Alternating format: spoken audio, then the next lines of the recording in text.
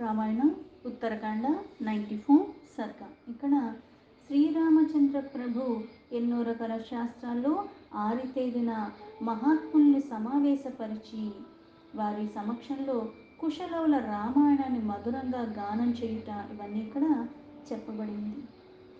తౌరాజన్యాం ప్రభాతాయం స్నాతౌ హుతాహుతాసనో యథోక్తం ఋషినా పూర్వం సర్వం తత్రోపఘాయతం. వాల్మీకి మహర్షి చెప్పినట్టుగా పళ్ళు బాగా తినేసి వెళ్ళమన్నారు. ఎవరన్నా ఏదన్నా కానుకలు ఇచ్చినా మనం ఇక్కడ ఆశ్రమంలో నివసించే వాళ్ళు, అందుకని దేనికి ప్రలోభపడకూడదు. అన్నీ కూడా హితకరమైన మాటలన్నీ కూడా కుశలవులకి చెప్పారు. ఆ రాత్రి పడుకున్నారు. గడిచిపోయిన తర్వాత ప్రాతకాలంలో కుశలవులు స్నాన సంధ్యాదికాలు ఇవన్నీ చేసుకుని అగ్ని కార్యక్రమాలన్నీ కూడా ముగించుకున్నారు. తాంసా సుశ్రావకాకుత్సహ పూర్వాచార్య వినిర్మిత అపూర్వాం పాఠ్యజాతిం చ గేయేన సమలంకృతాం. వాల్మీకి మహర్షి నిర్దేశించిన రీతిగా వారు రాజమార్గాలలో రామాయణ గాథను గానం చేసుకుంటూ వాళ్ళు మధుర గానాన్ని శ్రీరాముడు మొత్తానికి ఆ చెవిలో పడింది. ప్రమాణైర్బహుభిర్యుక్తాం తంత్రీలాయా సమన్వితాం బాలాభ్యాం రాఘవః శ్రుత్వా కౌతూహలపరో అభవతు. అది పూర్వాచార్యులు నెలకొల్పిన నియమాలకి అనుకూలంగా ఉన్నది. పైగా సంగీత శాస్త్రాల లక్షణాలతో కూడా చక్కగా ఉన్నది. ఎంత మంచి పాట అయినా సరే నాలాంటిది పాడిందంటే నాకు శృతి తెలియదు, ఏమీ తెలియదు. పైగా గొంతు కూడా అంతంత మాత్రమే ఉంటుంది. ఆ వినాలన్న ఆశ కూడా చచ్చిపోద్ది పక్కన వాళ్ళకి. కానీ చక్కగా సంగీతం దగ్గర నుంచి ఆ వీణకు వీళ్ళు వాయిస్తూ దానికి తగ్గట్టుగా మధురంగా పాడుతూ అది మళ్ళీ దానిలో లీనమైపోయి వాళ్ళు పాడినప్పుడు వినసొంపుగా ఉంటుంది. వినే కొద్దీ వినాలని మైమర్చిపోతూ ఉంటాము. అందుకే సంగీత శాస్త్ర లక్షణాలతో విలసిల్లుతూ అపూర్వ స్వరాల ఆలాపనతో ఎక్కడ పెంచాలో ఎక్కడ తగ్గాల భావన తగ్గట్టుగా అంతలాగా పాడుతున్నారు. అందుకే అది మాత్ర మధ్య తారాస్థాయి ప్రమాణాలతో ఒకేసారి పెంచడం ఒకేసారి తగ్గించడం కాకుండా ఎక్కడ పెంచాలో అక్కడ పెంచడం, ఎక్కడ తగ్గించాలో అక్కడ తగ్గించడం, ఎక్కడ తారాస్థాయిలో ఉండాలో అలాగా ఆ చక్కగా లయబద్ధంగా ఉన్న వీణ వాదనాలతో రంజకంగా ఉండి కొనసాగుతున్న గానము. పైగా పాడేవాళ్ళు చిన్నపిల్లలు. ఆ బాలుల యొక్క మధుర గానాన్ని విని శ్రీరాముడు ఆశ్చర్యపడ్డాడు. అథ కర్మాంతరే రాజా సమాహూయ మహాముని పార్థివాశ్చ నరవ్యాఘ్ర పండితాన్నైగమాంస్తథా.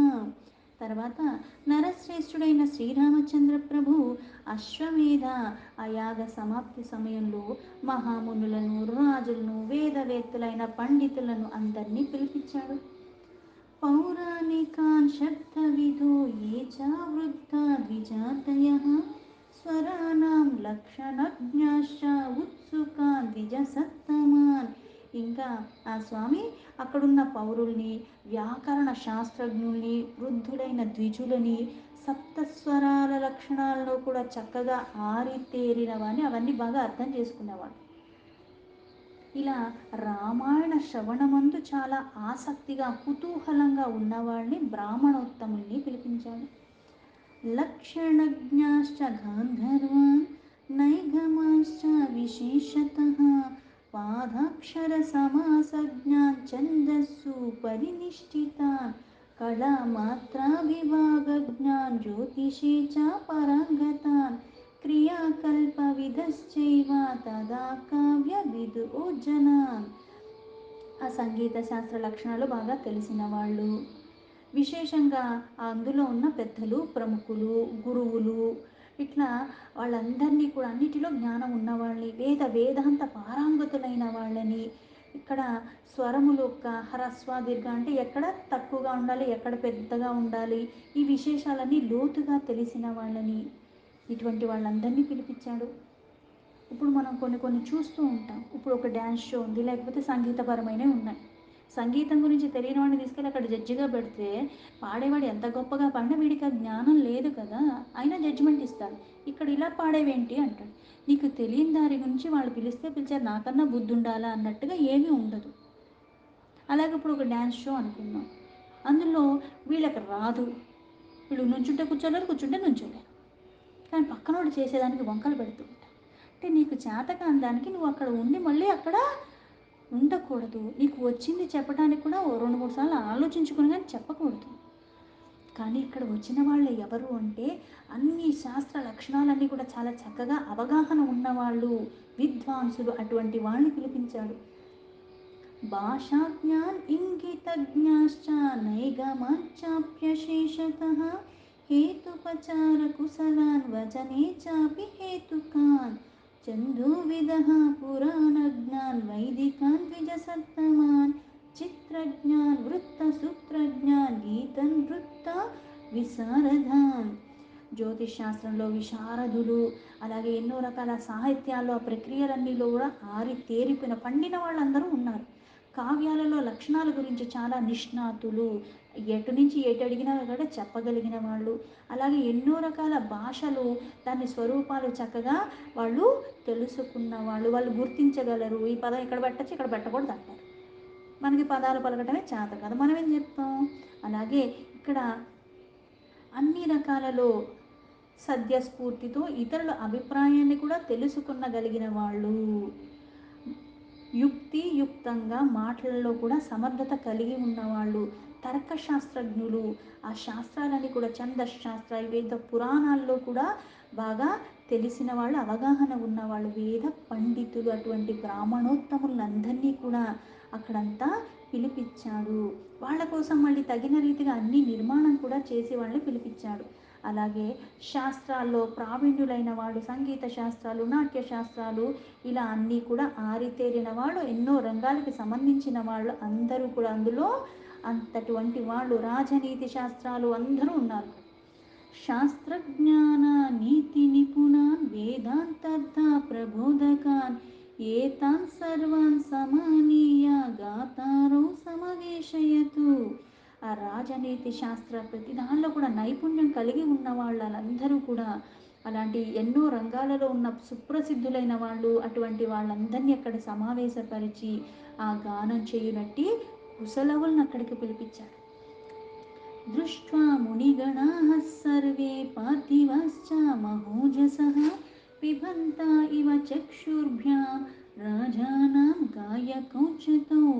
ఎంతో తేజోమూర్తులైన మునీశ్వరుడు రాజులను, అలాగే శ్రీరామచంద్రమూర్తిని గానం చేస్తున్న కుశలవుల్ని అదేక దృష్టిగా చూస్తూ, వారి రూప సౌభాగ్యముల్ని చూస్తూ, ఆ నేత్రాల్ని తనివి తీరా అలాగే గొర్లుతున్నట్టుగా కనిపిస్తున్న గానామృతాన్ని అంత లీలమైపోయి వాళ్ళు వాడుతున్నారు. ఊచుహు పరస్పరం చేదం సర్వ ఏవ సమంతతః ఉభౌ రామస్య సదృశో బింబాత్ బింబమివోత్థితో జటిలో యది నాస్యాతం నావల్కలాధరో యది విశేషం నాదిగచ్చామో గాయతో రాఘవస్య చ. ఇక్కడ వాళ్ళని చూస్తున్నారు, అంత గానం చేస్తున్నారు, ఇటు రాముణ్ణి చూస్తున్నారు. అక్కడ ఉన్నవారందరూ కూడా వారిలో వాళ్ళు ఇలా మాట్లాడుకుంటున్నారు. ఈ చిన్నపిల్లలిద్దరూ కూడా వాళ్ళ రూప లావణ్య వైభవాన్ని చూస్తే ఆ రాముడి పోలికలు కొట్టొచ్చినట్టు కనపడుతున్నాయే, ఆ పూర్తిగా స్వామి యొక్క ప్రతిబింబంలాగే కనపడుతున్నారు. కానీ వీళ్ళు జటాజూటలు వల్కలు ధరించి ఉన్నారు, చిన్నారులు. అయితే శ్రీరామచంద్రు ప్రభువుకి వీళ్ళ మధ్య తారతమ్యము కనపట్టదు. అంటే వస్త్రాలు మారిన రూపురేఖలు అవే కదా, కానీ పోలిక చూస్తే ఈయనలాగే అనిపిస్తున్నారు వాళ్ళిద్దరూ. తేషాం సంవదతామేవం శ్రోతృణాం హర్షవర్ధనం గేయం పచక్రస్తుస్తత్ర తావుభౌ మునిధారకం తతః ప్రవృత్తం మధురం గాంధర్వం అతిమానుషం నచ తృప్తిం యయుః సర్వే శ్రోతారో గాన సంపద. ఇలా ఒకళ్ళతో ఒకళ్ళు మాట్లాడుకుంటూ ఆ శ్రోతలకు హృదయంలో ఆనందం పొంగి పొర్లుతున్న ఆ ముని బాలకులు ఇద్దరు కూడా వాళ్ళ గానాన్ని మొదలుపెట్టేశారు. దివ్యమైన ఆ మధుర గానం కొనసాగుతుంటే వింటున్న వాళ్ళందరూ ఆ గాన మాధుర్యానికి పరవశులైపోయి ఇక్కడ ఎంతకు తృప్తి చెందట్లేదు. అంటే ఇంకా వినాలనిపిస్తుంది, ఆగిపోతే వీళ్ళకి తృప్తి పోతుంది, అందుకని తృప్తి చెందట్లేదు. ప్రవృత్తం ఆదితః పూర్వసర్గం నారదదర్శితం తతః ప్రభూతి సర్గాంశ్చ యావద్వింశత్యగాయతం. నారద, ప్రోక్తమైన మొదటి సర్గ మొదలుపెట్టుకుని వారి గానము ఇక్కడ చక్కగా 21 సర్గాల వరకు చాలా అద్భుతంగా, ఎందుకు రోజుకు అంతే చదవమని ఆయన చెప్పాడు నియమం వాల్మీకి మహర్షి. 21 సర్గాలు దాకా చక్కగా గానం చేసి అలా మళ్ళీ మధ్యాహ్న సమయమందు తన సోదరుడైన భరతుడితో మళ్ళీ రాముడు ఇలా అంటున్నాడు. ఇక్కడ వీళ్ళు గానం చేశారు, అయిపోయింది. ఆ సర్గ అయిపోయిన తర్వాత తతో అపర్ణార్ణ సమయే రాఘవ సమభాషతః శ్రుత్వా వింశతి సర్గాస్తాన్ భ్రాతరం భ్రాతృవత్సలః అష్టాదశ సహస్రాణి సువర్ణస్య మహాత్మనోః ప్రయచ్చా శీఘ్రం కాకుత్సాయద్యన్యదపి కాంక్షితం దదోసా శీఘ్రం కాకుత్సో బాలయోర్వే పృథక్ పృథక్. ఇవన్నీ విన్న రాముడు భరతుడితో ఇలా సంభాషిస్తున్నాడు. ఓ తమ్ముడా, ఇంత శ్రావ్యంగా గానం చేసిన మహాత్ములైన ఈ చిన్నపిల్లలు ఒకరికొకరు 18,000 బంగారు నాణములు వెంటనే కానుక ఇచ్చేసేయి. ఇంకను వారు కోరుకుంటే వాళ్ళకి ఏది కావాలో, వస్త్రాలు కావాలో ఇంకోటి కావాలో అవన్నీ కానుకలుగా వాళ్ళకి సమర్పించేసేయి. మరుక్షణమే భరతుడు రాముడు చెప్పినట్టుగా ఆయా కానుకలన్నీ కూడా ఇవ్వటానికి సిద్ధపడ్డాడు.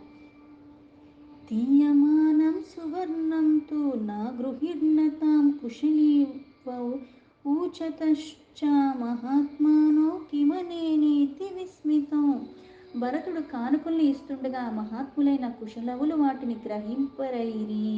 వాళ్ళు ఆ కాలానుకున్న బాహుల్యములన్నీ కూడా ఆశ్చర్యాన్ని ప్రకటిస్తూ ఈ కానుకలు మాకెందుకు అంటూ మళ్ళీ ఇలా భరతుడితో అంటున్నారు. వన్యేన ఫలమూలేన నిరతో వనవాసినో సువర్ణేన హిరణ్యేన కిం కరిష్యావహే వనే. మహాత్మా, మేము వనాల్లో నివసించే వాళ్ళం, అక్కడ దొరికే పళ్ళు తిని తృప్తి పడిపోయే వాళ్ళం, ఆ వనముల్నే మా జీవితాన్ని గడుపుతున్నాం. ఈ బంగారు నాణాలతో మాకేం పని, ఇవి మాకెందుకు.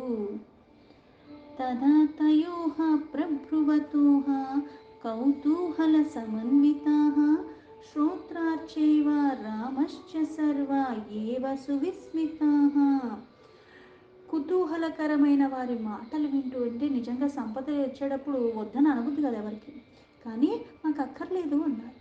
ఆ మాటలు వింటూ కూడా అక్కడ ఉన్న వాళ్ళందరూ కూడా, శ్రీరాముడు కూడా ఆశ్చర్యానికి లోబడ్డారు. వెంటనే మహా తేజస్వి అయిన శ్రీరాముడు ఆ మహాకావ్యము వారికి ఎట్లా లభించిందో తెలుసుకోవాలన్న ఆయనకి ఉత్సాహం కలిగింది.